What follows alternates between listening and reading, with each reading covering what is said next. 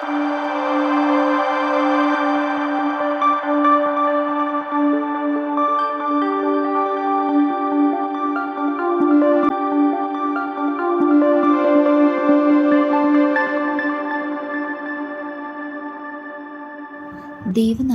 മഹത്വമുണ്ടായിരിക്കട്ടെ.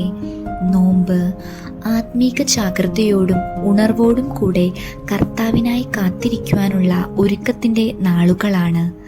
വലിയ നോമ്പിന്റെ 44-ാം ദിനത്തിൽ ലൂക്കോസ് എഴുതിയ സുവിശേഷം 12-ാം അധ്യായം 35 മുതൽ 40 വരെയുള്ള വാക്യങ്ങളിൽ നിന്ന് ധ്യാനിക്കാം.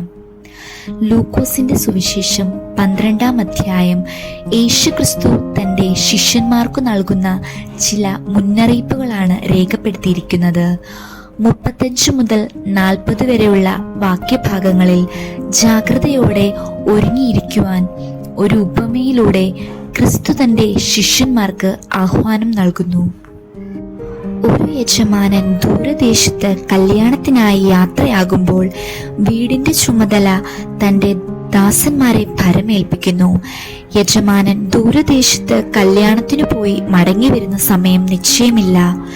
യജമാനൻ മടങ്ങി 2-ാം യാമത്തിൽ വന്നാലും 3-ാം യാമത്തിൽ വന്നാലും യജമാനനെ കാത്തിരിക്കുന്ന ദാസന്മാർ ഭാഗ്യവാന്മാർ. അങ്ങനെ കാത്തിരിക്കുന്ന ദാസന്മാരെ യജമാനൻ തന്നെ അരകെട്ടി അവരെ തിരിച്ച് ശുശ്രൂഷിക്കും. ഇതാണ് ക്രിസ്തു പങ്കുവെക്കുന്ന ഉപമ. യജമാനന്റെ അഭാവത്തിൽ ദാസന്മാരുടെ ജീവിതം എങ്ങനെ ആയിരിക്കണമെന്ന് ഈ ഉപമ നമ്മെ ഓർമ്മിപ്പിക്കുന്നു. Life in the absence of master. ദൂരദേശത്ത് കല്യാണത്തിനായി പോകുമ്പോൾ ദാസന്മാരെ ചുമതല ഏൽപ്പിക്കുവാൻ തക്കവണ്ണം ദാസന്മാരുടെ മേൽ വിശ്വാസമുള്ള യജമാനനെ നമുക്ക് ഇവിടെ കാണുവാൻ സാധിക്കും. യജമാനന്റെ അഭാവത്തിൽ യജമാനന്റെ മനസ്സ് ഗ്രഹിച്ച് ഉത്തരവാദിത്തങ്ങൾ കാര്യക്ഷമതയോടെ പൂർത്തീകരിക്കുകയും യജമാനന്റെ മടങ്ങിവരവ് നീണ്ടുപോകുമ്പോൾ അതീവ ജാഗ്രതയോടെ കാത്തിരിക്കുകയും ചെയ്യുന്ന ഈ ദാസന്മാർക്ക് ലഭിക്കുന്ന ഭാഗ്യാവസ്ഥയും ഈ ഉപമ നമ്മോട് സംസാരിക്കുന്നു. യജമാനന്റെ കല്യാണത്തിനായുള്ള പോക്കും മടങ്ങി വരുവാനുള്ള താമസവും ദാസന്മാർക്കുള്ള പരീക്ഷകളാണ്. ക്രൂശീകരണത്തിന് ശേഷമുള്ള ക്രിസ്തുവിന്റെ അഭാവം ശിഷ്യന്മാരുടെ മനസ്സുകളെ ചഞ്ചലപ്പെടുത്തുമ്പോൾ ഉറങ്ങിപ്പോകാതെ ഒരുക്കത്തോടെ ഉണർവുള്ളവരാകുവാൻ ക്രിസ്തു ശിഷ്യന്മാരോട് പറയുന്നു. മടങ്ങി വരുവാനുള്ള താമസവും കാത്തിരിപ്പും ദാസന്മാർക്ക് ആലസ്യമുണ്ടാക്കുവാനുള്ള സാധ്യതയുണ്ട്.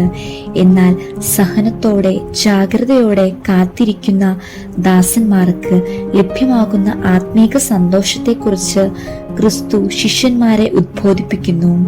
യജമാനൻ ദാസന്മാരെ ശുശ്രൂഷിക്കുന്ന വലിയ ഭാഗ്യാവസ്ഥ. ക്രിസ്തീയ ജീവിതം വെല്ലുവിളികൾ നിറഞ്ഞതാണ്. കണക്ക് കൂട്ടലുകൾ പോലെ എപ്പോഴും നടക്കുകയില്ല. ധാരണകളൊക്കെ തെറ്റാം. പ്ലാൻ ചെയ്തതൊന്നും ഫലവത്താകാതെ പോകാം. എന്നാൽ നിരാശപ്പെടാതെ ഏതു സാഹചര്യത്തിലും ആത്മീക ഉണർവോടും അതീവ ജാഗ്രതയോടും ഒരുക്കത്തോടും കൂടെ നാം ആയിരിക്കണം. ജീവിതത്തിൽ കാത്തിരിപ്പ് എപ്പോഴും വലിയ നൊമ്പരം ഉളവാക്കുന്നതാണ്. പ്രാർത്ഥനയുടെ മറുപടിക്കായുള്ള കാത്തിരിപ്പ്, പ്രിയപ്പെട്ടവരുടെ മടങ്ങിവരവിനായുള്ള കാത്തിരിപ്പ്, അധ്വാനത്തിന്റെ പ്രതിഫലത്തിനായുള്ള കാത്തിരിപ്പ്, ഗർഭഫലത്തിനായുള്ള കാത്തിരിപ്പ്, അങ്ങനെ കാത്തിരിപ്പിന്റെ ദൈർഘ്യമേറുമ്പോൾ നിരാശ ഉണ്ടാകുവാൻ സാധ്യതയുണ്ട്. എന്നാൽ സഹനത്തോടെ നന്മയ്ക്കായി കാത്തിരിക്കുവാൻ സാധിക്കണം.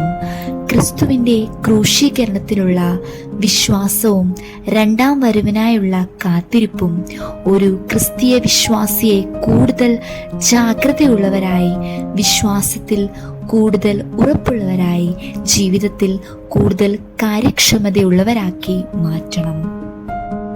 നോമ്പ് ക്രിസ്തുവിന്റെ മനസ്സ് ഗ്രഹിക്കുന്ന ദാസന്മാരായി ഉത്തരവാദിത്തങ്ങൾ കൂടുതൽ കാര്യക്ഷമതയോടെ പൂർത്തീകരിക്കുവാനും കൂടുതൽ ജാഗ്രതയുള്ളവരാക്കുവാനും വിശ്വാസത്തിൽ കൂടുതൽ ഉറപ്പുള്ളവരായി മാറുവാനുമുള്ള ഒരുക്കമാണ്. 40-ാം വാക്യം, നനയാത്ത നാഴികയിൽ മനുഷ്യപുത്രൻ വരുന്നത് കൊണ്ട് നിങ്ങളും ഒരുങ്ങിയിരിപ്പീൻ.